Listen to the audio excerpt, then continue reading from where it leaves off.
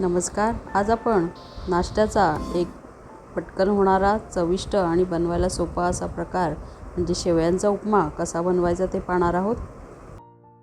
तर या उपम्यासाठी लागणारे सर्व साहित्य इथे मी दाखवलेले आहे आणि लिस्ट आउटही केलेले आहे.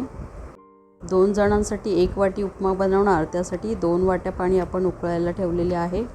कढई मी गॅसवर गरम करायला ठेवलेली आहे. त्यामध्ये सुरुवातीला 3 टेबलस्पून तेल घालून घेऊया. तेल गरम झालेले आहे. आता यामध्ये आपण मोहरी घालूया. मोहरी तडतडायला लागलेली आहे. आता आपण यामध्ये जिरे घालून घेत आहोत. जिरे मोहरी दोन्ही तडतडल्यावर लगेचच उडदाची डाळ व चणा डाळ घालून घेऊया. मिनिटभर परतल्यानंतर यामध्ये लगेच आपण हिरवी मिरची घालून घेत आहोत. मिरची थोडी परतल्यानंतर यामध्ये लगेचच कांदा घालून घेऊया.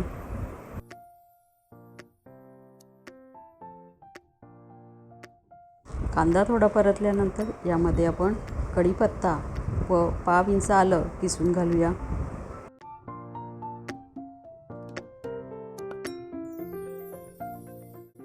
आता यामध्ये आपण वाटाणा व गाजरही घालून घेऊया, म्हणजे ते व्यवस्थित परतले जाईल आणि मऊही शिजेल. कांदा आता चांगला परतून घेऊया. 2-3 मिनिटांनंतर सर्वात शेवटी आपण यामध्ये काजू घालणार आहोत, कारण काजू जास्त वेळ परतले तर ते करपू शकतात.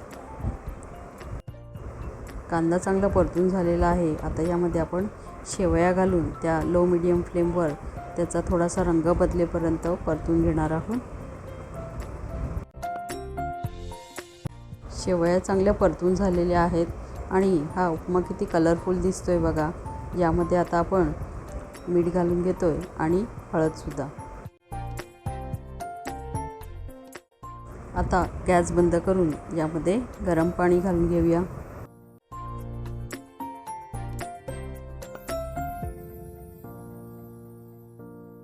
आता पुन्हा गॅस चालू करून उपम्यावर झाकण ठेवून तो साधारणपणे 7 मिनिटं मंद आचेवर शिजू देऊया.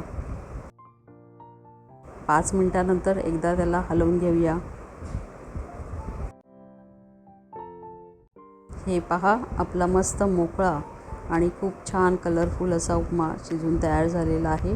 यामध्ये आता आपण बारीक चिरलेली कोथिंबीर घालून घेऊया आणि आता हा उपमा सर्व करून घेऊया. काय आहे की नाही साधी सोपी पण चविष्ट अशी नाश्त्याची रेसिपी. मग हा शेवयांचा उपमा नक्की बनवून पहा आणि तुमच्या प्रतिक्रिया आम्हाला कळवा. तुम्हाला हा व्हिडिओ आवडला असेल तर लाईक आणि शेअर आणि स्वादांची मैफिल चॅनेलला सबस्क्राईब जरूर करा.